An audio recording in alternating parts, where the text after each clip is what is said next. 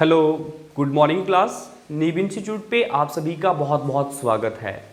आज के इस सेशन में हम ज्योग्राफी की क्लास नंबर 10th को आगे कंटिन्यू करेंगे। इससे पहले ज्योग्राफी के ऊपर 9 लेक्चर्स आ चुके हैं। अगर आपने वो नहीं देखे हैं तो एक बार उनको जरूर देखिएगा, तभी आपको आज का लेक्चर समझ आएगा। क्लियर है मेरी बात? अब इस सेशन को स्टार्ट करने से पहले उन स्टूडेंट्स के लिए एक मैसेज जिन्होंने अभी तक हमारे ऑनलाइन क्लासेस को ज्वाइन नहीं किया है।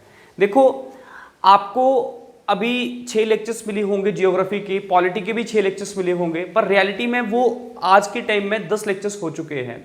पर आपको वो तभी दिख पाएंगे जब आप हमारी ऑनलाइन क्लासेस को ज्वाइन करोगे।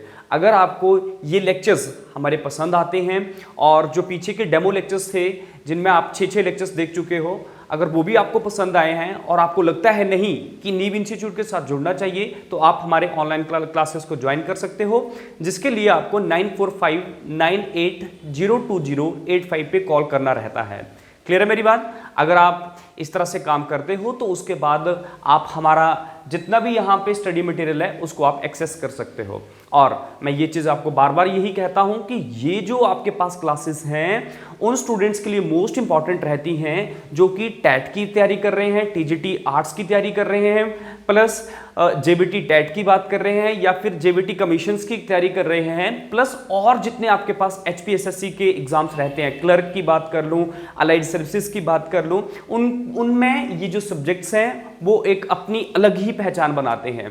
तो आपका काम यही बनता है कि आप घर में बैठ के बढ़िया से अपनी पढ़ाई को करते रहें और नीव क्लासेस के साथ बने रहें।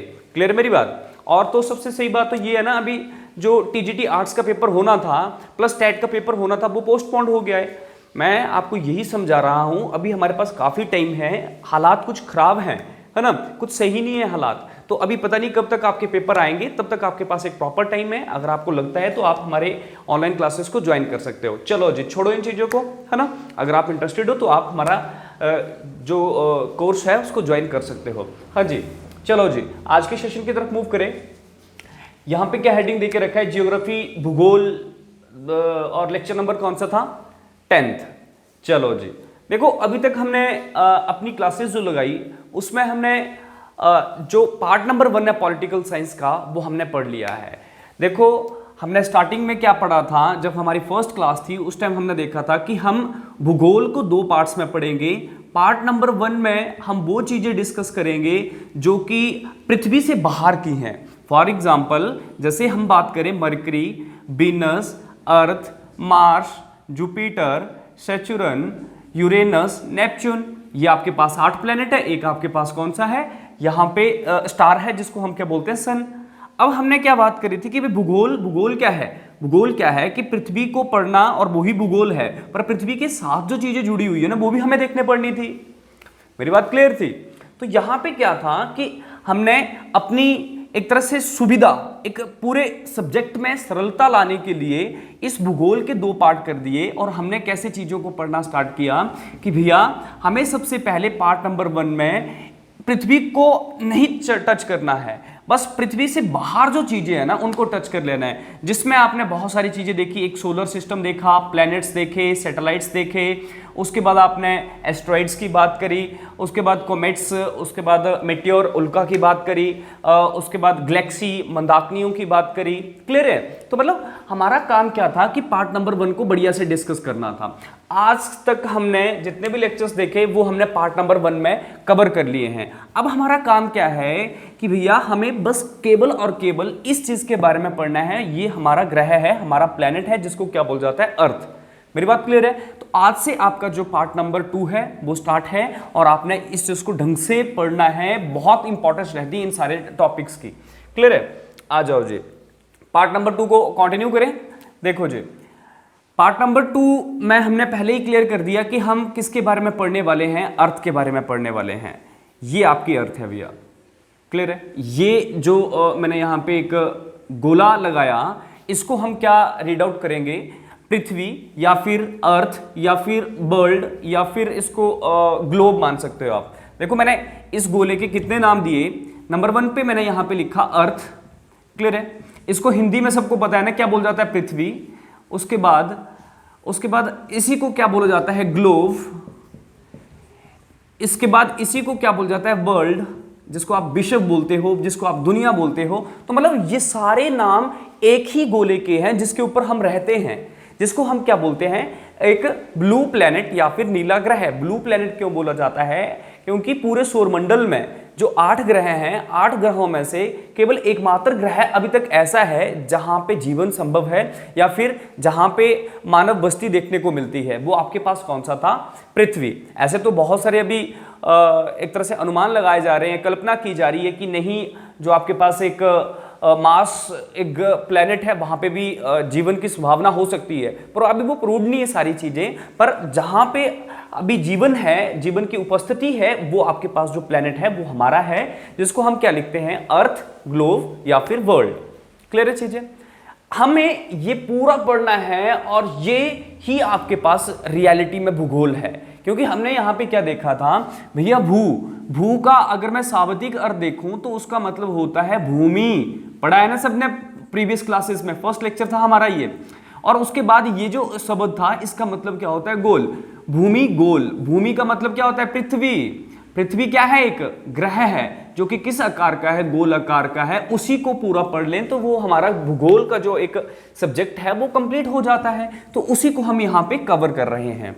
चलो जी, जैसे ही हम फर्स्ट लेक्चर की तरफ मूव करते हैं पार्ट नंबर 2 में, तो इसमें देखो क्या होता है, ये हमारा ग्लोब है। पर आपने जब रियलिटी में ग्लोब देखा होगा, जैसे मान लो मेरे हाथ में कोई ग्लोब है ना, ग्लोब है क्या, रियलिटी में ग्लोब को समझो क्या है, आर्टिफिशियली जो आपका एक प्लेनेट है उसको हमारे साइंटिस्टों के द्वारा तैयार करके रख दिया है। मतलब कि जो हमारी पृथ्वी है, पृथ्वी को यहां पे एक तरह से तैयार करके रख दिया है। क्लियर है ना? तो बोला जाता है उसी को हम क्या बोलते हैं, ग्लोब। या आप ऐसा मान सकते हो पूरी दुनिया का मानचित्र, पूरी दुनिया का मानचित्र आपके पास क्या कहलाता है, ग्लोब। अगर आप ग्लोब को देखते होंगे ना तो आपको ये खाली जैसा नहीं लगता है, आपको ये ऐसा नहीं दिखता होगा। वो कैसा दिखता होगा, यहां पे मैं लिखता हूं, देखो आपको कुछ ऐसा दिखता होगा, ये ग्लोब कुछ ऐसा दिखता होगा ना। देखना मेरी बात, ये देखो, इस तरह से आपको ग्लोब नजर आता होगा। अगर अभी तक किसी ने ग्लोब नहीं भी देखा है तो आप एक बार गूगल सर्च कर लो कि भाई ग्लोब क्या है, तो आपको इस तरह से रिजल्ट्स दिखेंगे। क्लियर है? तो हम इन सारी चीजों के बारे में अभी डिस्कस करेंगे कि ऐसा क्यों है, ये लाइनें कैसी हैं और कैसे नहीं है। अगर मैं रियलिटी की बात करूं तो भाई ये प्लेनेट जो हमारा अर्थ है वो है क्या, एक ठोस है ना, ठोस आप एक रख सकते हो, कोई वस्तु है ना, जो एक पत्थर ही मान लो, एक बड़ा सा पत्थर, गोल सा चपटा सा पत्थर आपके पास, उसी को हम क्या बोलते हैं, पृथ्वी। पर भाई हमारी पृथ्वी के ऊपर कोई, ये जो मैं यहां पे लाइनें खींच रहा हूं रियलिटी में नहीं है, पर हमने इस पृथ्वी को पूरा ढंग से समझने के लिए पृथ्वी के ऊपर जो जगह है, जो एक प्लेस है, फॉर एग्जांपल हमीरपुर एक प्लेस है, हिमाचल प्रदेश एक प्लेस है, अमेरिका एक प्लेस है, उसके बाद आपके पास वॉशिंगटन डीसी एक प्लेस है, ऑस्ट्रेलिया एक प्लेस है। उन सबको स्पेसिफाई करने के लिए, उन सब की एक अलग पहचान रखने के लिए इस तरह की लाइंस का एक तरह से बनाया गया है, या इन लाइंस को यहां पे ड्रॉ किया गया है। देखते हैं कि कैसे इनको ड्रॉ किया गया है, इनका मतलब क्या होता है। देखो, जब हमारा फर्स्ट लेक्चर चलता है तो इसमें सबसे इंपॉर्टेंट क्या चलता है, अक्षांश और देशांतर रेखाएं। क्या बोला मैंने, फर्स्ट लेक्चर में आपको सबसे पहले क्या पढ़ना पड़ता है, अक्षांश और देशांतर रेखाएं, अक्षांश और देशांतर रेखाएं, देशांतर रेखाएं। क्लियर है? याद रखना, ये जो हमने यहां पे लाइंस ड्रॉ करी है ना, ये पूरे ग्लोब के बीच में, इन्हीं को हम क्या बोलते हैं, एक लाइन को हम क्या बोलेंगे, अक्षांश, और दूसरी को हम क्या बोलेंगे, देशांतर। अक्षांश और देशांतर। क्लियर है? तो वही चीज हमें यहां पे देखनी है। आज हम पहले अक्षांश रेखाओं को एक बार देखेंगे, उसके बाद हम देशांतर रेखाओं के बारे में बात करेंगे। क्लियर है? तो चलो जी कंटिन्यू करें। देखो, इस पूरे टॉपिक को समझने से पहले हमें एक दिशा का जो नक्शा होता है, या दिशा का जो मानचित्र होता है, उसको समझना पड़ता है। मतलब डायरेक्शन के मैप को देखना पड़ता है कि डायरेक्शन का चार्ट कैसा है। देखो, डायरेक्शन चार्ट कैसा होता है, अगर मैं यहां पे डायरेक्शन ड्रॉ करूं तो देखो ये मेरे को ऐसा करना पड़ेगा, है ना, ऐसा मानना पड़ेगा कि भैया यहां पे बीच में इस तरह से है और यहां पे इस तरह से है, ऐसे मेरे को ड्रॉ करना पड़ता है। अब क्या होता है कि भैया हम हमेशा अपनी क्लासेस में आज तक क्या सीखते आए हैं कि जब भी हमें कोई प्रैक्टिकली वर्क करना होता है तो उस टाइम जो ये वाली डायरेक्शन है ना, ये वाली डायरेक्शन है, मतलब जो मेरा दायां हाथ है, जहां पे आप देख रहे हो जहां पे मेरा दायां हाथ है, उसको हम हमेशा क्या मानते हैं, ईस्ट डायरेक्शन। क्या मानते हैं इसको, ईस्ट या फिर पूर्व दिशा। क्या बोल जाता है इसको, ईस्ट डायरेक्शन या फिर पूर्व दिशा। तो ये ईस्ट हो गया। जब आपको ईस्ट का पता चल गया कि भैया ईस्ट मेरा दायां हाथ है, तो उसका उल्टा क्या होता है, वेस्ट। तो ये सिंपल हो गया भाई, वेस्ट तो ये आ गया। क्लियर है। अब याद रखना, जब भी आप कोई प्रैक्टिकली वर्क करोगे, प्रैक्टिकली मतलब कि आपको कहीं पे ऐसा क्वेश्चन आ गया कि बताओ यहाँ पे मान लो यहाँ पे कोई बैठा हुआ है तो वो कौन सी डायरेक्शन में है, यहाँ पे कोई है तो वो कहाँ पे है, कौन सी डायरेक्शन में है, यहाँ पे कोई है तो वो कौन सी डायरेक्शन में है। तो उस प्रैक्टिकली वर्क को करने के लिए हमें क्या समझाया जाता है, बोला जाता है कि आप सामने देखो, मैं यहाँ पे सामने देख रहा हूं, जो आपका फ्रंट है ना वो आपका क्या होगा, हमेशा उत्तर डायरेक्शन होगी। क्लियर है, ये उत्तर दिशा होगी, मतलब कि ये मेरा सामने वाला जो फेस है ना वो हमेशा क्या होगा, नॉर्थ डायरेक्शन। अब देखो मेरा सामने वाला जहां पे आप देख रहे हो ना, ये सामने ही तो है ना, तो ये सामने आपके पास क्या है, उत्तर। पर भाई मैं अंदर नहीं घुस सकता हूं, क्योंकि क्या है यहाँ पे ये 2D डायमेंशन है। तो हम यहाँ पे क्या मान लेते हैं कि मैं ऊपर की तरफ जाऊंगा तो मेरे पास क्या आएगा, नॉर्थ, और नीचे क्या हो जाएगा ऑटोमेटिकली, साउथ। मेरी बात क्लियर हो रही है या नहीं। सिंपल से शब्दों में मैं क्या समझाना चाहता हूं आपको कि कभी भी कोई गोलाकार वस्तु है, उसमें जो दिशा है, दिशा को कैसे देखना है, डायरेक्शंस को कैसे पता करना है कि ये पूरब है, ये पश्चिम है। बहुत सारे स्टूडेंट्स की यही प्रॉब्लम रहती है। पहली बात तो यहाँ पे मैं पूरब क्यों बोल देता हूं, इसको मैं पश्चिम क्यों बोल देता हूं। क्लियर है। इसके लिए एक लॉजिक मैंने बताया कि आप क्या करो, जब आपको कोई ऐसा क्वेश्चन पूछे तो आप जब कॉपी पे आप इस तरह का गोला बना रहे हो तो उनको समझाओ या खुद समझो कि ये जहां पे मेरा दायां हाथ है वो हमेशा कौन सी डायरेक्शन होगी, ईस्ट। और फिर मैं क्या देखूंगा भाई, मैं सामने देखूंगा, सामने यहां पे अंदर को क्या बनना था, नॉर्थ। पर भाई अंदर हम जा नहीं सकते थे तो मैंने ऊपर को इसको ड्रॉ कर दी, तो ये ऊपर हमेशा क्या आएगा, नॉर्थ। दो चीजों को याद रख लो, सामने इस तरफ की बात करूंगा तो आपके पास ईस्ट, और ऊपर की बात करूंगा तो नॉर्थ। उसका उल्टा आपके पास ऑपोजिट क्या बन जाता है, साउथ। क्लियर है। तो इसी तरह से हमें ये पूरी डायरेक्शन का पता चल जाता है। क्लियर है चीजें। अब देखो जी, मैंने पृथ्वी को 4 दिशाओं में बांट दिया है। ये वाला हिस्सा क्या बना, पूर्व। ये वाला हिस्सा क्या बना, उत्तर। ये वाला हिस्सा क्या बना, पश्चिम। और ये वाला हिस्सा क्या बना, दक्षिण। क्लियर है। इतनी चीजें सबको समझ आ रही हैं। अब आ जाओ जी, देखो हमारे जो भूगोल करता है उन्होंने क्या बताया, बोला गया पश्चिम से पूर्व, पश्चिम से पूर्व या फिर पूर्व से पश्चिम। ईस्ट को हिंदी में क्या बोल जाता है, पूर्व, और इसको क्या बोल जाता है, पश्चिम। क्लियर है ना। तो यहां पे क्या बोला जा रहा है, या तो आप पूर्व से एक रेखा खींचो और उसको पश्चिम पे मिला दो। पूर्व से मैंने एक रेखा खींची और उसको मैंने पश्चिम पे मिला दिया। क्लियर है। या तो बोला आप पश्चिम से रेखा खींचो और उसको पूर्व पे मिला दो। एक ही बात होगी ना भाई। मैं अगर इस तरफ से लाइन बनाऊं, इस तरफ से पॉइंट लेके चलूं और उसको यहां पे मिला दूं, या फिर यहां से पॉइंट लेके चलूं और यहां पे मिला दूं, तो क्या होगा, बात तो एक ही ना, लाइन तो बन जाएगी ना। हाँ, तो यही हमारा जो भूगोल करता है, जिन्होंने ज्योग्राफी को एक्सप्लेन करा है, वो हमें समझाते हैं कि पूर्व से पश्चिम या पश्चिम से पूर्व की तरफ जितनी भी रेखाएं आपको मिलेंगी उनको हम क्या बोलेंगे, अक्षांश रेखाएं। क्या बोलेंगे उनको, अक्षांश रेखाएं। मेरी बात क्लियर है। हाँ, तो देखो हमारे पूरे मानचित्र के ऊपर इस तरह से रेखाएं खींची गई होती हैं। ये पूरी लाइंस आपको हमारे जो ग्लोब है उसके ऊपर मिलती चलती हैं। इनको क्यों खींचा गया है, इनका क्या महत्व है, सब कुछ पता चलेगा। ऐसा नहीं कि मैंने ये बोल दिया भाई खींची गई तो खींची गई है, हर किसी को पता चलेगा कि क्या है ये। अब मैं आपसे पूछूं भाई ये कौन सी लाइन है, आप क्या बोलोगे? आप पहले देखोगे कि यार इसका एक पॉइंट यहाँ पे है पश्चिम में है और एक पॉइंट पूर्व में है, तो भाई ये पश्चिम से पूर्व की तरफ खींची जा रही है, तो ये कौन सी होगी, अक्षांश। यहाँ पे भी भाई ये इस तरफ को है ना, ये इस तरफ दाएं हाथ मेरा यहाँ पे है, यहाँ पे तो ये भी पश्चिम, ये पूर्व हुआ और ये आपके पास क्या हुआ, पश्चिम। जितनी भी रेखाएं यहां से यहां को खींची जाएंगी उन्हीं को हम क्या बोलेंगे, अक्षांश रेखाएं। मेरी बात क्लियर है या नहीं, है ना। अब आ जाओ जी, शॉर्ट में थोड़ा सा हम देशांतर रेखाओं की तरफ भी एक बार नजर मार लेते हैं, उसके बाद एक अक्षांश रेखाओं को बढ़िया से कवर करेंगे। आ जाओ, अब हमारे जो भूगोल करता है वो क्या बताते हैं, अगर आप उत्तर दिशा से उत्तर दिशा से आप इस तरह से लाइन खींचोगे और उसको दक्षिण पे मिला दोगे, क्लियर है, तो उस लाइन को हम क्या बोलेंगे, देशांतर रेखा। क्लियर है? या मैं इसको क्या बोल सकता हूं, दक्षिण से उत्तर की तरफ आप एक लाइन खींच लो, उसी को हम क्या बोलेंगे, देशांतर रेखाएं। तो देशांतर रेखा कोई एक नहीं होती है, बहुत सारी है। जितनी आप यहां पे ड्रॉ कर रहे हो वो सारी की सारी क्या बन जाएगी, देशांतर रेखाएं। क्लियर है चीजें? हाँ, मैं अभी पूरी चीजें आपको काउंट करवाऊंगा कि ये कितनी होती है देशांतर रेखाएं, कितनी आपके पास अक्षांश रेखाएं हैं, पर अभी के लिए आप इनको बढ़िया से समझते चलो, आपको एक एक चीज समझ आनी चाहिए। सिंपल सी कहानी हो रही है ना, है ना? ये पूर्व, ये पश्चिम, ये उत्तर, ये दक्षिण, इस तरफ को खींचे जाने वाली लाइनें अक्षांश रेखाएं, और ऊपर से नीचे की तरफ खींचे जाने वाली रेखाओं को क्या बोला जाता है, देशांतर रेखाएं। अब जी, अब अपने काम के ऊपर आते हैं।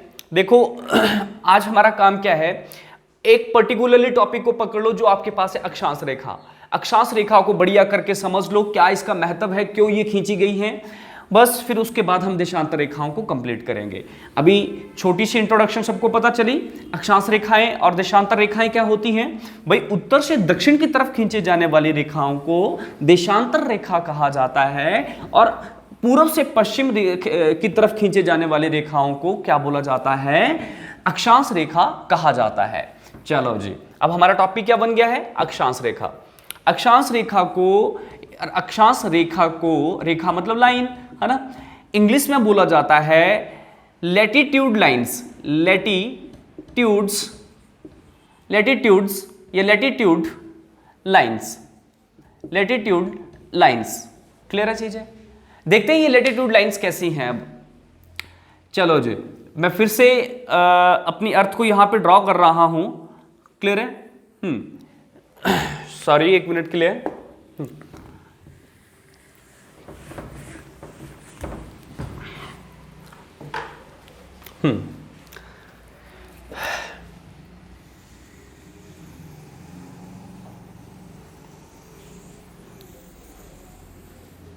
ये हमारी अर्थ बन चुकी है ना?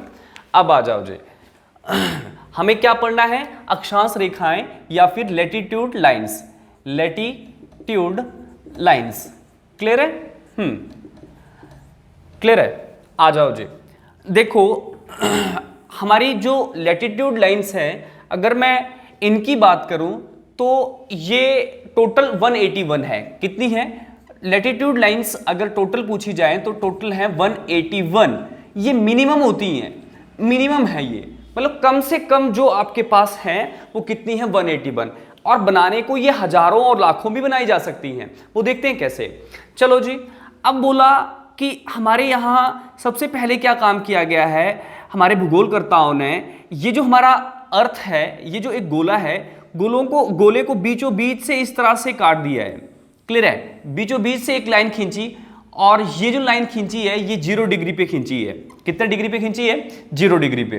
क्लियर है? अब आपको 0 डिग्री का फंडा मैं समझाता हूं क्या होता है। देखो, ये जो पूरा गोला होता है ना, ये 360 डिग्री का कोण बनाता है। कितने डिग्री का कोण बनाता है? 360 का। कैसे? देखो, अगर मैं यहां पे देखूं कितने डिग्री का कोण है, ये 90 डिग्री का। मैं इसकी बात करूं कितने का है? 90 डिग्री का। ये पूरी लाइन कितने डिग्री की होगी? 180 डिग्री की। उसी तरह से मैं यहां पे 90 बना दूं, 270 हो जाएगा, और यहां पे 90 बना दूं तो कितना बन जाएगा? 360। क्लियर है? तो यहां पे जो हमारी डी रहती है, जो हम बचपन में जो कोण एंगल बनाने के लिए यूज करते थे, अगर मैं उसको यहां पे रखूं तो ये 0 डिग्री है। क्लियर है? अब 0 डिग्री से यहां पे क्या किया जाता है, मान लो इस जगह पे आपकी वो डी रख दी है, ये इसका सेंटर पॉइंट है, यहां पे वो 90 डिग्री दिखा रहा है, ये चीज 90 डिग्री है, और यहां पे ये भी 90 है। अब जी वो क्या बोलता है, जब मैं यहां पे डी रखता हूं तो यहां पे पहले क्या बनेगा? 1 डिग्री। कितना आएगा? 1 डिग्री। उसके बाद यहां पे आएगा 2 डिग्री, उसके बाद यहां पे आएगा 3 degree, 4 degree, 5 degree, 6 degree, 7 degree, 8 degree, 9 degree, और कितना बन जाएगा वो लास्ट में? यहां पे आपके पास कितना आ जाएगा? 90 डिग्री। क्लियर है चीजें? अगर मैं यहां से भी काम करना स्टार्ट करूं तो यहां पे 1 डिग्री आएगा, यहां पे 2 डिग्री आएगा, यहां पे 3 डिग्री आएगा, यहां पे 4 डिग्री आएगा। मेरी बात समझ आ रही है या नहीं? नहीं आ रही तो एक बार फिर से रिप्ले करो और उन चीजों को देखो। देखो मैं क्या बोल रहा हूं, हमारे भूगोलकर्ताओं ने सबसे पहले क्या काम करा, एक रेखा खींच दी, एक लाइन करी, एक लाइन ड्रॉ करी, जिसको हम बोलते हैं इक्वेटर लाइन। इसको क्या बोल जाता है? Equator line. इक्वेटर लाइन, या फिर इसको हिंदी में भूमध्य रेखा या फिर विषुवत रेखा भी कहा जाता है। भूमध्य रेखा या फिर विषुवत रेखा भी कहा जाता है। क्लियर है मेरी बात? अब जी देखो, ये जब हम लाइन खींचते हैं तो उसके बाद हमें क्या चीज देखने को मिलती है, जब हम इस लाइन पे अपनी डी को रखते हैं तो उसके बाद यहां पे हमें 1 डिग्री मिलता है, इस तरफ को 1 डिग्री, 2 डिग्री, 3 डिग्री, 5 डिग्री, और ऊपर हमें कितना मिलता है, 90 डिग्री। अगर मैं इस तरफ को देखूंगा तो यहां पे भी 1 डिग्री, 2 डिग्री, 4 डिग्री, और ऊपर क्या मिल जाएगा, 90 डिग्री। क्लियर है? अब हमारे भूगोलकर्ताओं ने क्या किया, हर 1 डिग्री अंतराल पे, हर 1 डिग्री डिफरेंस पे, क्लियर है, एक लाइन खींचना स्टार्ट कर दी। 1 डिग्री पे एक लाइन बन गई, 2 डिग्री पे फिर से मिलाया, यहाँ पे भी 2 डिग्री और यहाँ पे भी 2 डिग्री, यहाँ पे दूसरी लाइन बनेगी, तीसरी लाइन बनेगी, चौथी बनेगी, पांचवी बनेगी, और टोटल लाइनें कितनी हो जाएंगी, यहाँ पे 90 लाइनें हो जाएंगी। ये जो छोटी सी लाइन बनेगी, ये आपके पास कौन सी रेखा आ जाएगी, 90th लाइन आपके पास ये होगी। मेरी बात क्लियर है? हाँ। तो अब अगर मैं यही काम नीचे करूं तो यहां पे भी क्या होगा भाई, यहां पे भी ये सेंटर पॉइंट है, ये 90 है, इस तरफ भी आपके पास 1 डिग्री आएगा, इस तरफ भी 1 डिग्री आएगा, इसको भी मिलाओ और नीचे जो आपके पास लाइनें आती हैं उसको भी मिलाते चलो। तो ये यहां से अगर मैं काउंट करूं तो 1 2 3 4 5 6 7, और यहां पे टोटल लाइंस नीचे कितने बन जाएगी, 90। कितने लाइंस बन जाएगी, 90 लाइंस आपको यहां पे दिखाई देंगी। और यहां से, इस लाइन से मैं अगर ऊपर देखना स्टार्ट करूं तो यहां पे भी आपको कितनी लाइंस मिलेगी, 90 लाइंस मिल जाएंगी। और नीचे कितनी मिली, यहां से अगर आपने काउंट करा तो यहां पे भी 90 मिल गई। 90 कितना हो गया, 180। 90 जमा 90 कितना हो गया, 180। पर मैंने यहां पे लिखा है 181। 181 क्यों लिखा है, क्योंकि भैया 0 डिग्री वाली लाइन को तो हमने काउंट ही नहीं किया है। 0 डिग्री पे भी एक लाइन है ना, 0 डिग्री, ये लाइन तो छोड़ दी थी हमने। अब हमने क्या किया था, 1 डिग्री पे एक लाइन खींची, उसी को काउंट कर लिया था। तो ऊपर आपके पास 90 रेखाएं होती हैं और इस 0 डिग्री के नीचे आपके पास 90 रेखाएं होती हैं। 90 90 80, और एक बीच वाली जो आपके पास 0 डिग्री पे होती है उसको हम काउंट करें तो 181 आपके पास कितनी लाइन्स, कौन सी लाइन्स हो जाती हैं, लैटिट्यूड्स, या फिर आपके पास उनको क्या बोल जाता है, अक्षांश रेखाएं। क्लियर है? इनको याद रखना बहुत ही सिंपल है। कैसे? क्योंकि ये लेटी हुई हैं, लेटी हुई रेखाओं को क्या बोल जाता है, लैटिट्यूड लाइंस। लेटी हुई, देखो ये लेटी हुई हैं, ये थोड़ी ना लेटी हुई है, ये जो हमने यहाँ पे इस तरफ को ड्रॉ करी है, तो लेटी हुई रेखाओं को हम क्या बोलते हैं, लैटिट्यूड लाइंस। ये समझने के लिए एक छोटा सा लॉजिक है। अब आ जाओ जी, चलो जी, अब आप इतना तो पता चल चुका है ना कि मैंने यहाँ पे 181 लिखा तो कैसे होगा ये। एक बार आप ट्राई करना इस चीज को, अगर कोई दिक्कत रहेगी तो आप एक बार कमेंट सेक्शन या फिर जो यहाँ पे चैट बॉक्स है उसका जरूर यूज करना। आपके जो भी डाउट्स होंगे उनको क्लियर करवाया जाएगा। क्लियर है चीजें? 90 ऊपर, 90 नीचे, बीच वाली को काउंट करके कितना बन गया था, 181। अब आ जाओ जी, इक्वेटर लाइंस की बात करेंगे। इक्वेटर लाइंस के 3 नाम हैं। ये एक आपके पास भूमध्य रेखा, विषुवत, और इसको अंग्रेजी में बोल जाता है इक्वेटर, है ना, EQUATOR, इक्वेटर। क्लियर है? हाँ जी। देखो, जब इक्वेटर लाइन को पृथ्वी के बीचों बीच में खींचा जाता है तो उसी की वजह से पृथ्वी के 2 पार्ट्स हो जाते हैं। पृथ्वी के 2 पार्ट्स हो जाते हैं। ऊपर वाले पार्ट को हम बोलेंगे उत्तरी गोलार्ध और नीचे वाले पार्ट को हम बोलेंगे दक्षिणी गोलार्ध।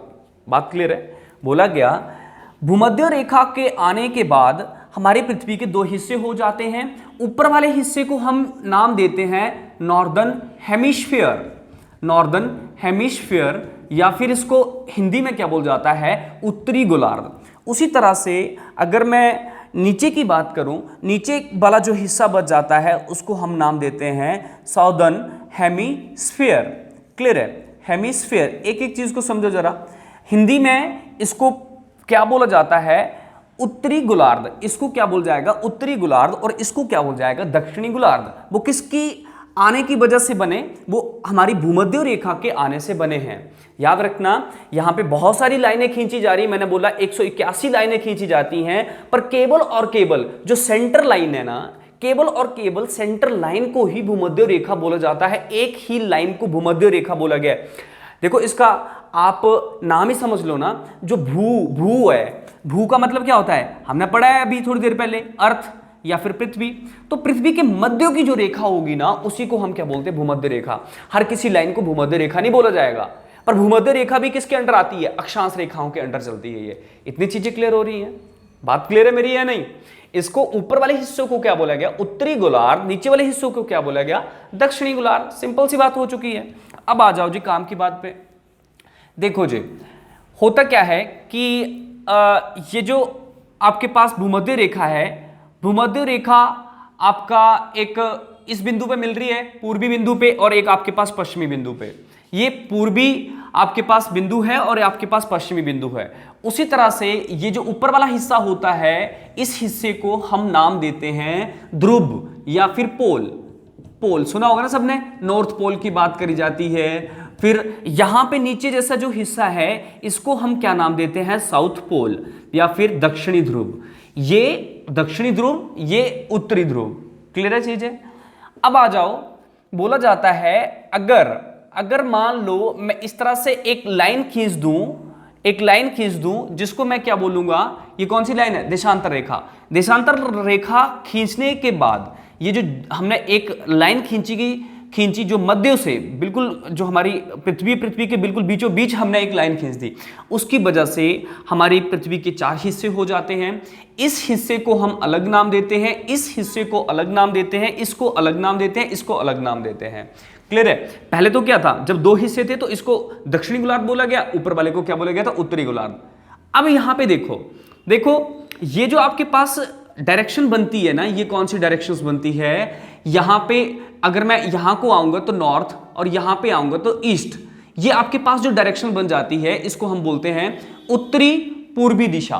क्या बोल जा सकता है इसको, उत्तरी पूर्वी दिशा। तो याद रखना, अगर हम इसकी बात करें तो ये नॉर्थ ईस्ट हेमिस्फीयर है। उत्तरी पूर्वी गोलार्ध की बात करूं तो यह हिस्सा आपके पास कहलाया जाता है उत्तरी पूर्वी गोलार्ध। अगर मैं इस हिस्से की बात करूं तो यह आपके पास उत्तरी पश्चिमी गोलार्ध होता है। कौन सा होता है, उत्तरी पश्चिमी गोलार्ध। क्यों, क्योंकि देखो क्या हो रहा है यहां पे, ये नॉर्थ है ना, ये नॉर्थ डायरेक्शन है। नॉर्थ की बात करूं, अगर मैं यहां पे इनका सेंटर कर दूं, 45 डिग्री की एक लाइन खींच दूं, तो यहां तक जो हिस्सा होगा वो किसका होगा, नॉर्थ का, और यहां तक जो हिस्सा होगा वो किसका होगा, ईस्ट का। तो ये जो पॉइंट है, आधा नॉर्थ का होगा, आधा ईस्ट का होगा। तो इसीलिए इसको क्या बोल जाएगा, नॉर्थ ईस्ट जो आपके पास डायरेक्शन है। क्लियर है। या फिर इसको हम क्या पढ़ सकते हैं, उत्तरी पश्चिमी गोलार्ध। क्लियर है। अगर मैं उसी तरह से देखूं तो इसको क्या बोल जाएगा, ये आपके पास था दक्षिण, ये दक्षिण है, दक्षिणी पश्चिमी गोलार्ध इसको बोला जाएगा, और इसको क्या बोला जाएगा, दक्षिणी पूर्वी गोलार्ध। बात क्लियर हो रही है ना, आपके दिमाग में कभी भी कोई कंफ्यूजन नहीं होनी चाहिए। ये एक हिस्सा, इसको हम उत्तरी पूर्वी गोलार्ध बोल रहे हैं, इसको हम दक्षिणी पूर्वी गोलार्ध, इसको हम दक्षिणी पश्चिमी गोलार्ध, इसको हम उत्तरी पश्चिमी गोलार्ध बोलते हैं। क्यों बोलते हैं वो आपने सारी चीजें यहां पे देख ली हैं। अब आ जाओ, इतनी चीजें सबको पता चल रही है, सारी चीजें हमें देखने पड़ेंगी, तभी काम बनेगा, तभी लास्ट में हम एक रिजल्ट्स के ऊपर पहुंचेंगे कि क्या हो रहा है यहां पे, है ना। आ जाओ जी, देखो हमारा टॉपिक है इक्वेटर, कौन सा था, अक्षांश रेखाएं। टोटल संख्या 181। ऊपर वाले हिस्सों को क्या बोला जाता है, नॉर्दर्न पोल या उत्तरी ध्रुव, जो 90 डिग्री का आपके पास हिस्सा होता है, उत्तरी ध्रुव, और इसको क्या बोला जाता है, दक्षिणी ध्रुव। क्लियर है। हाँ, और इसको ऊपर वाले हिस्सों को क्या बोला गया, नॉर्दर्न हेमिस्फीयर, उत्तरी गोलार्ध। नीचे वालों को क्या बोला गया, दक्षिणी गोलार्ध। अब आ जाओ जी, चलो जी। बोला जाता है, वैसे तो इस पूरे यहाँ पे ग्लोब की बात करूं या पृथ्वी की बात करूं, यहाँ पे 181 अक्षांश रेखाएं खींची गई हैं। वैसे तो खींची गई हैं, पर एक तरह से जो इंपॉर्टेंट हैं, जो हमारे एग्जाम पॉइंट ऑफ व्यू से इंपॉर्टेंट हैं और जिनका एक महत्व है, वो आपके पास 4 रेखाएं हैं। कितनी है, 4। देखो नंबर 1 की बात करूंगा मैं। बोला जाता है आप क्या काम करो, यहां पे डी रखो, और यहां पे डी रखने के बाद आप यहां पे 23.5 डिग्री ढूंढ लो। कितना ढूंढ लो, 23.5 डिग्री। तो देखो अगर आप यहां पे खींच रहे होंगे तो यहां जैसे आपको 23.5 डिग्री मिल जाएगा या नहीं। क्लियर है। इस तरफ भी आप 23.5 डिग्री ढूंढ लो, तो यहां जैसे 23.5 डिग्री आएगा। क्लियर है। तो अब बोला आप इस पूरे पॉइंट को मिला दो और एक लाइन बना दो। जैसे आप पॉइंट को मिलाओगे, जब 2 पॉइंट्स आपस में मिल जाते हैं तो क्या बन जाती है, एक लाइन बन जाती है। बन गई है, ये लाइन आपकी बनी। अब आप क्या करो, जो काम आपने ऊपर करा, जो उत्तरी गोलार्ध में करा उसी को आप दक्षिणी गोलार्ध में करो। यहां पे डी रखी, नीचे आप यहां पे क्या करो 23.5 डिग्री ढूंढो, और यहां पे भी आप 23.5 डिग्री ढूंढ लो, 23.5 डिग्री यहां पे आप ढूंढ लो। होगी चीजें। यहां पे भी आपने क्या काम करना है, एक लाइन ड्रॉ कर देनी है। क्लियर है। उसके बाद आपने इसी तरह से काम करना है, यहां पे अपनी डी पकड़नी है और यहां पे 66.5 डिग्री ढूंढना है। कितना? 66.5 डिग्री ढूंढना है। तो यहां पे भी मिल जाएगा 66.5 डिग्री। 66.5 डिग्री को आपस में मिला दो, वो आपके पास एक लाइन बन जाएगी।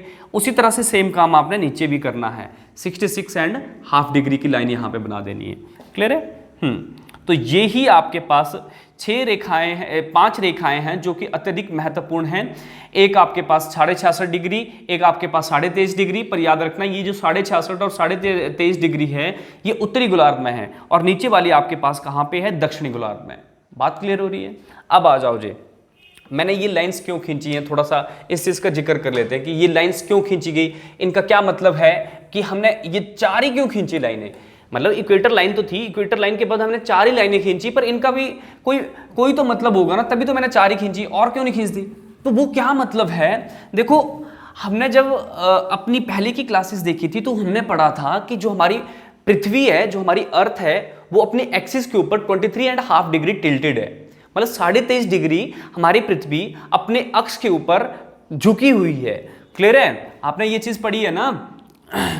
देखो यहां पे होता क्या है, वैसे तो हम जर्नली क्या काउंट कर रहे हैं कि हमारी पृथ्वी का जो अक्ष बिंदु है वो ये है, जिसको हम साउथ पोल मानते हैं, और इसको हम क्या मान रहे हैं, नॉर्थ। पर ये रियलिटी नहीं है, रियलिटी में कुछ और है। रियलिटी में जो हमारा नॉर्थ पोल है वो यहां पे है और साउथ पोल यहां पे है। मेरी बात क्लियर हो रही है या नहीं, है ना। तो इसका मतलब क्या होता है कि जो हमारा अक्ष बिंदु है, अक्ष बिंदु कौन सा हुआ, ये वाला अक्ष बिंदु पे जो हमारी पृथ्वी है वो 23.5 डिग्री झुकी हुई है। वो कैसे बोला, आप एक तरह से प्रैक्टिकल करने के लिए इसके बीचों बीच एक लाइन खींच दो और यहाँ पे एक परपेंडिकुलर बना लो। परपेंडिकुलर बनाने के बाद क्या मिला भाई, रियलिटी में तो नॉर्थ पोल ये होना था। क्लियर है। एक्सिस पॉइंट ये होना था और ये आपके पास साउथ पोल होना था, एक्सिस पॉइंट ये मिलना था। पर ऐसा नहीं है, बोला ये आपके पास जो पॉइंट है वो ऐसे इधर को है, ये यहां पे आपके पास नॉर्थ और साउथ का फंडा चलता है। क्लियर है मेरी बात। तो यहां से हमें क्या चीज देखने को मिली कि भैया अगर मैं इसको यहां पे काउंट करूं, इस चीज को मैं यहां पे देखूं, इस एंगल को मैं चेक करूं, तो ये बन जाता है आपके पास 23.5 डिग्री। ये एंगल 23.5 डिग्री बन जाता है। अगर मैं इस पूरे कोण की बात करूं तो ये 90 डिग्री होता है। क्लियर है। अगर मैं 90 से -23.5 डिग्री कर दूं तो उसके बाद मेरे को मिलता है 66.5 डिग्री। क्लियर है। 66.5 डिग्री। मेरी बात क्लियर है।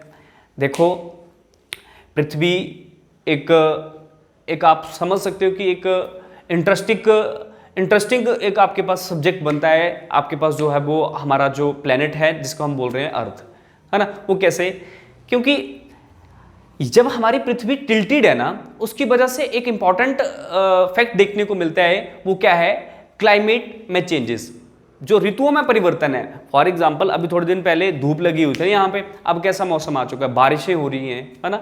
तो वो एक क्लाइमेट चेंजेस है। ये किसकी वजह से आता है, हमारी पृथ्वी के अपने अक्ष के ऊपर 23.5 डिग्री झुके हुए के कारण। क्लियर है। तो देखो इसी के लिए हम क्या करते हैं, यहां पे एक लाइन खींचते हैं 23.5 डिग्री की और दूसरी खींचते हैं 66.5 डिग्री की। तो भाई ये 23.5 डिग्री यहां पे उत्तरी गोलार्ध में भी हो गया, और ये 66.5 डिग्री और 23.5 डिग्री का जो फंडा है वो दक्षिणी गोलार्ध में भी होता है। तभी हम हमेशा यहां पे 4 रेखाओं की बात करते हैं, 23.5 डिग्री और 66.5 डिग्री। बात क्लियर हो रही है।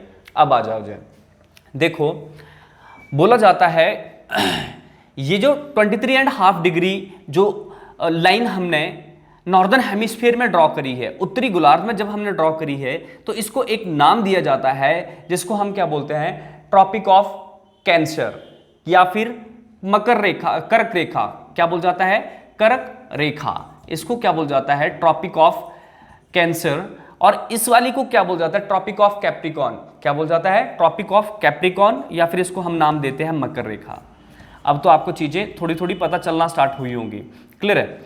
और इस लाइन को हम नाम देते हैं, जब हम उत्तरी गोलार्ध में 66.5 डिग्री की एक लाइन खींचते हैं तो इसको हम नाम देते हैं, नाम है आर्कटिक लाइन। क्या बोल जाता है इसको, आर्कटिक लाइन या फिर आर्कटिक सर्कल। क्लियर है, दोनों इसके नाम हैं, आर्कटिक रेखा या फिर आर्कटिक वृत्त। क्लियर है, पर ये कब की बात हो रही है? आर्कटिक वृत्त वो रेखा है जो कि उत्तरी गोलार्ध पे 66.5 डिग्री खींची है। पर भाई यहां पे अगर मैं आपसे पूछा जाए कि भैया दक्षिणी गोलार्ध में जो 66.5 डिग्री पे रेखा खींची गई है तो उसको क्या नाम देंगे?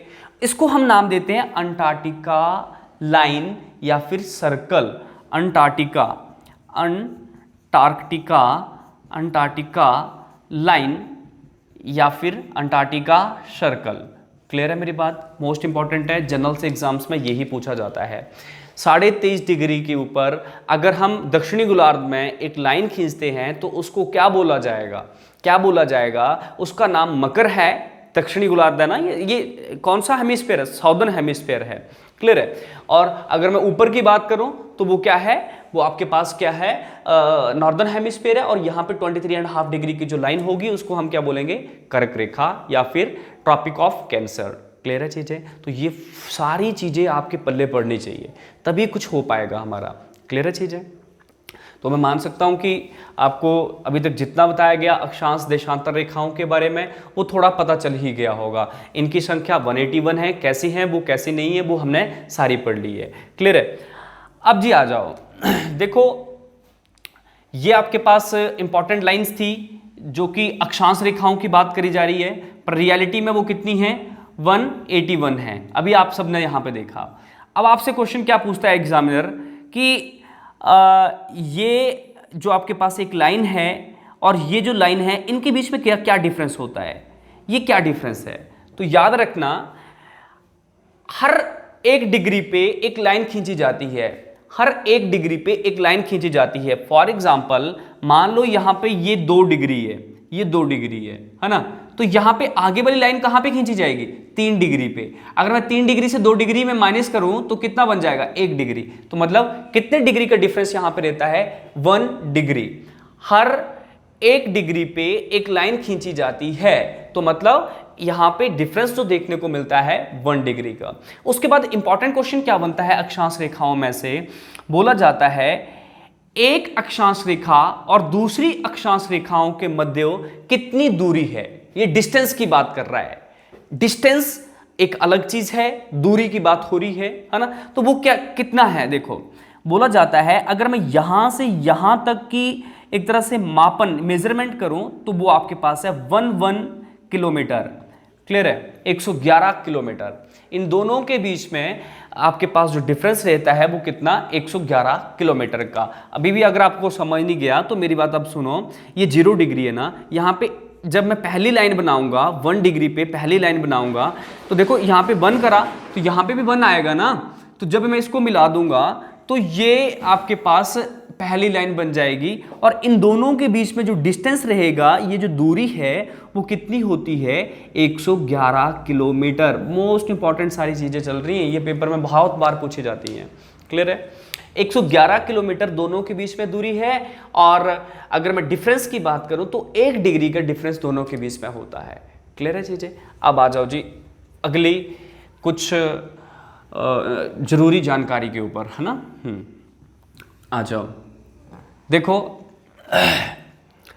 अब आप सबके दिमाग में एक चीज आ रही होगी कि भाई हमारी पृथ्वी सच में तो ऐसी है नहीं, है ना? क्योंकि जहां पे मैं खड़ा हूं वो एक पृथ्वी का ही भाग है। क्लियर है? हम तो पृथ्वी के ऊपर ही तो खड़े हैं, अभी पृथ्वी के ऊपर तो बैठे हैं, पृथ्वी के ऊपर तो सो रहे हैं। हमें तो कोई लाइन दिख नहीं रही है यहाँ पे। भाई ये काल्पनिक रेखाएं हैं, मतलब कि हमारे वैज्ञानिकों के द्वारा एक जगह को ढूंढने के लिए, है ना, एक पर्टिकुलरली किसी प्लेस को स्पेसिफाई करने के लिए, आइडेंटिफाई करने के लिए इस तरह की लाइंस का यूज किया जाता है।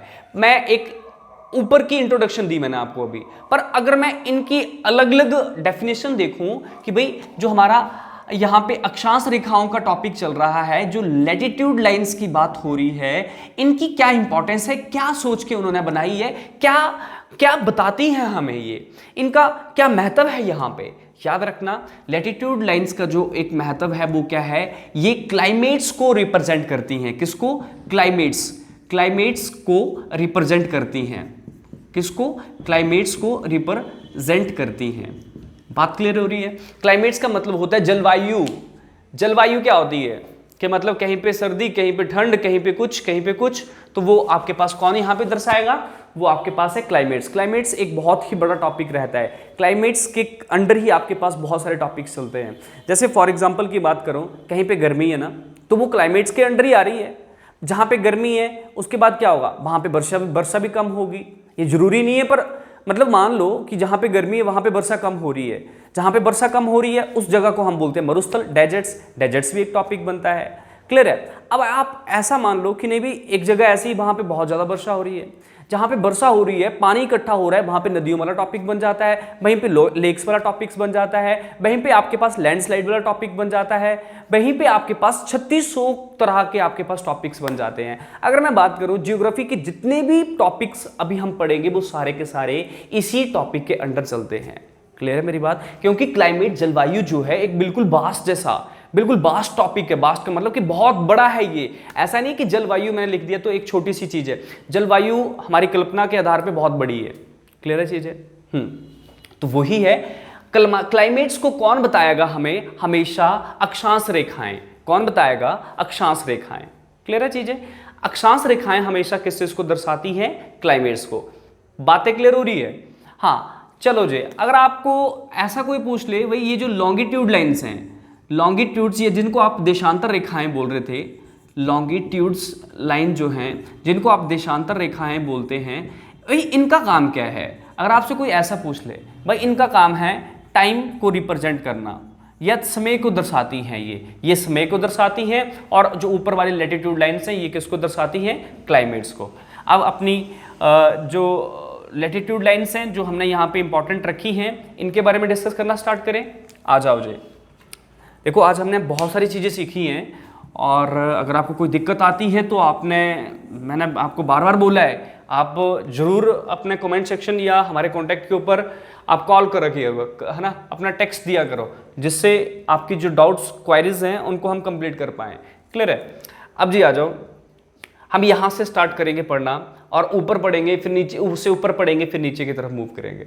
इनकी इंपॉर्टेंस देखेंगे कि क्या इंपॉर्टेंस है। देखो ये इक्वेटर लाइन है, इसका एक अपना ही तथ्य है, इसका एक अपना ही महत्व है। वो क्या है, बोला जाता है यहाँ पे जो भी देश होगा, जो भी बस्ती होगी, वहाँ हमेशा दिन और रात बराबर होगा। मतलब इक्वल डे और इक्वल नाइट, इक्वल डे और इक्वल नाइट। यहाँ पे हमेशा दिन और रात की अवधि जो है वो बराबर रहती है। अगर मैं भारत की बात करूं, भारत जो है वो इस रेखा के पास है, कर्क रेखा के पास। देखेंगे कैसे मैं बोल रहा हूं, पर अभी आप सुनते चलो। तो बोला जाता है अगर मैं भारत की बात करूं तो भारत में भाई ऐसा नहीं होता है, ऐसा कोई भी समय नहीं मान सकते हम जहां पे दिन और रात की अवधि बराबर होती है, बस 2 दिनों को छोड़ के। एक 21 मार्च और एक 23 सितंबर, बस 2 ही दिन है वहां पे दिन और रात की अवधि बराबर होती है। पर ये जो लाइन है, इस लाइन के ऊपर जितने भी देश होंगे वहां पे हमेशा दिन और रात की अवधि बराबर रहती है, हमेशा। मतलब 365 दिनों की बात करी जाती है। ये इसका एक अपना तथ्य था, पढ़ते चलना है सबने। क्लियर है। और यहां पे याद रखना, ये जो आपके पास इक्वेटर लाइन वाला हिस्सा होता है ना, सबसे गर्म हिस्सा होता है। ये सबसे जो आपके पास हॉटेस्ट एरिया है इन सब में, वो कौन सा माना जाता है, वो आपके पास कौन सा है, इक्वेटर लाइन वाला। ऐसा क्यों है, बोला जाता है जो सन की रेज है ना, सन की जो रेडिएशंस हैं वो पूरे साल भर में लगभग यहाँ पे बनी ही रहती हैं।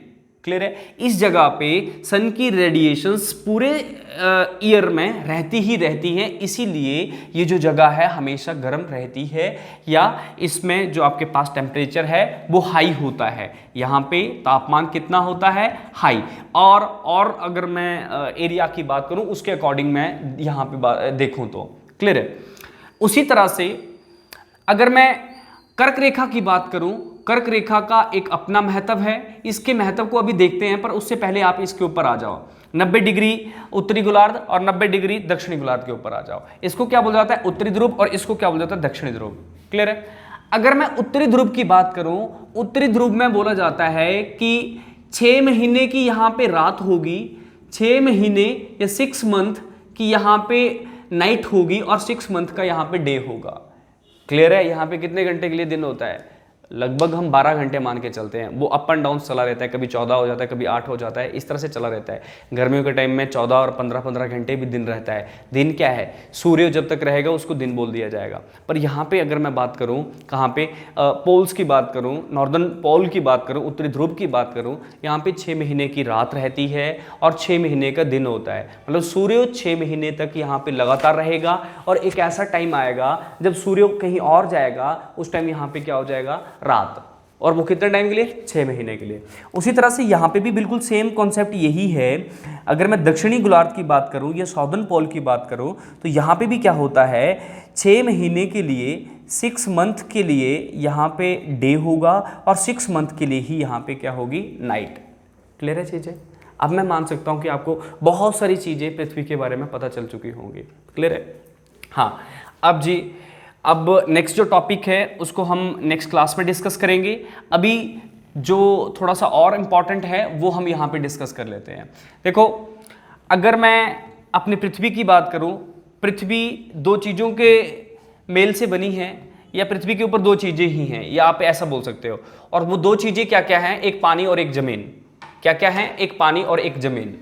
बोला जाता है जमीन के बड़े 7 हिस्से हैं। अभी 8वें हिस्से की बात कर रही है, जो अफ्रीका कॉन्टिनेंट है वो टूटने वाला है। क्लियर है? जो एक सबसे बड़ी रिफ्ट घाटी है ना, रिफ्ट वैली जो है अफ्रीका में, जो महान बरस घाटी पढ़ते हैं ना आप, वो टूट रही है आस्ता आस्ता। वो साइड हो जाएगी अफ्रीका से, फिर 8 बन जाएंगे। पर अभी कुछ भी डिक्लेयर नहीं है, ऐसी चीज़ें, आपने परेशान नहीं होना है। अब आ जाओ जी, देखो जो 7 आपके पास बड़े हिस्से हैं जमीन के, वो मैं यहाँ पे ड्रॉ कर रहा हूँ। क्लियर है? बड़े हिस्सों को क्या बोला जाता है? कॉन्टिनेंट या फिर महाद्वीप। यहां पे मैंने लिखा एक एशिया, यहां पे 7 जैसे मैं यहां पे ड्रॉ कर दिया, एक यूरोप, ये दूसरा हिस्सा यूरोप। उसके बाद यहां पे आपके पास एक चलता है नॉर्थ अमेरिका। नॉर्थ अमेरिका याद रखना, थोड़ा सा इस तरह से चलता है, ये इक्वेटर लाइन को थोड़ा टच नहीं करता है। यहाँ पे आपके पास चलता है साउथ अमेरिका, और यहाँ बीचों बीच से आपके पास एक चलता है, नाम है अफ्रीका कॉन्टिनेंट, अफ्रीका महाद्वीप। और यहाँ जैसे आपके पास होता है ऑस्ट्रेलिया कॉन्टिनेंट। कौन सा? Australia continent. और यहाँ पे आपके पास कौन सा है? Antarctica continent. क्लियर है चीज़ें? तो 7 बड़े हिस्से जो जमीन के अलग अलग टुकड़ों में बैठे हुए हैं, वो आपके पास इस तरह से हैं। मैंने ये चीज़ क्यों ड्रॉ करी, इसका भी एक अपना एक इम्पॉर्टेंस है, ये अपना एक महत्व है। कैसा? देखो, मैं आपको क्या बोल रहा था भाई, इस हिस्से पे ये इक्वेटर लाइन है ना, इक्वेटर लाइन पे जो भी देश दुनिया बसती होगी, वो यहाँ पे क्या महसूस करते हैं कि यहाँ पे डे और नाइट हमेशा क्या होगी? बराबर होगी। डे और नाइट आपके पास क्या होगा? बराबर होगी। तो भाई अफ्रीका में भी वैसा होगा, और दक्षिणी जो अमेरिका है, साउदर्न अमेरिका है, वहाँ पे भी ऐसा होगा। तो मैं आपको ये समझाना चाहता था कि भैया अफ्रीका के जो देश यहाँ पे इक्वेटर लाइन के बिल्कुल नज़दीक हैं या इक्वेटर लाइन पे स्थित हैं, उनमें दिन और रात बराबर होगा, और दक्षिणी अमेरिका में भी ऐसा ही होगा। क्लियर है चीज़ें? है ना? अब समझ आ रही है चीज़ें? बात समझ आ रही है? आगे देखेंगे कि क्या होगा क्या नहीं होगा। देखो, जैसे आपसे एक क्वेश्चन बनता है कि भाई भारत किस रेखा को स्पर्श करता है? वो आपके पास क्या है? वो इक्वेटर, ये आपके पास कौन सा है? कर्क रेखा। तो ये सारी चीज़ें हम पढ़ते जाएंगे। बस आप आज के लिए इतना ही चीज़ें को बढ़िया से समझ लो कि हमने क्या पढ़ा। आज का हमारा टॉपिक था, जल्दी से क्विक रिवीजन करेंगे। आज का हमारा टॉपिक था अक्षांश और देशांतर रेखाएं। हमने पहले क्या किया, एक इस तरह से गोला बनाया और उस गोले पे देखा कि भाई हम डायरेक्शंस को कैसा पता करें। डायरेक्शन पता करने के लिए हमने दाएं हाथ को ईस्ट माना और सामने को हमने क्या माना? नॉर्थ। इसका उल्टा साउथ, इसका उल्टा वेस्ट, इसको पूर्व, इसको पश्चिम। क्लियर है? अब हमने क्या पढ़ा कि बोला ये आपके पास यहाँ पे पहली लाइन ड्रॉ की जाती है, उसको हम बोलते हैं इक्वेटर लाइन। इक्वेटर लाइन के आने की वजह से यहाँ पे ऊपर वाले हिस्से को नॉर्दर्न हेमिस्फीयर बोला जाता है, नीचे वाले हिस्से को साउदर्न हेमिस्फीयर बोला जाता है। ये स्फीयर क्या बोले जा रहा हूँ मैं भाई? ऐसा माना जाता है ना कि जो हमारी पृथ्वी एक स्फीयर है। स्फीयर का मतलब होता है एक गोल वस्तु। किस रूप में? बॉल के रूप में, जो फुटबॉल होता है ना, फुटबॉल की तरह माना जाता है कि हमारी पृथ्वी है, पर रियलिटी में ऐसी नहीं है ये, इसकी शेप कुछ और है, वो देखेंगे कैसी है, पर हम मानते हैं स्फीयर। तभी इसमें क्या बोल रहे हैं, पहले इस पूरे को क्या बोला जाता है, एक स्फीयर, एक गोलार्ध है, इस पूरे को हम क्या बोलेंगे इकट्ठा, गोलार्ध। पर इसका एक टुकड़ा जब ऊपर चला जाता है तो उसको उत्तरी गोलार्ध बोला जाता है। क्यों? क्योंकि भाई ऊपर नॉर्थ है, नॉर्दर्न हेमिस्फीयर तब बोला गया। नीचे को क्या बोला गया, साउदर्न हेमिस्फीयर। इसके ऊपर हमने दो लाइनें ड्रॉ करी, यहां वाली लाइन को हमने कर्क रेखा बोला, यहां वाली लाइन को आर्कटिक रेखा बोला, यहां वाली लाइन को मकर रेखा बोला, यहां पे ये जो बोला वो आपके पास था अंटार्कटिका रेखा बोला। क्लियर है ये चीज है। इनका क्या महत्व था, क्लाइमेट चेंजेस के ऊपर बात करी थी, और जो इस तरह की लाइंस थी वो हमें क्या बता रही थी, वो बताती है टाइम को। तो कल हम इसी पूरे टॉपिक को आगे कंटिन्यू करेंगे। आज के लिए काफ़ी है। अगर आपको ये सेशन अच्छा लगता है और आपको लगता है कि नहीं हमें इस चीज़ से एक बेनिफिट होने वाला है और इसी की वजह से हम अपनी जो पढ़ाई है उसमें एक तरह से सफलता हासिल कर सकते हैं, तो आप हमारी ऑनलाइन क्लासेस को जरूर ज्वाइन कर सकते हैं। उसके लिए आपको 9459802085 पे कॉल करना रहता है।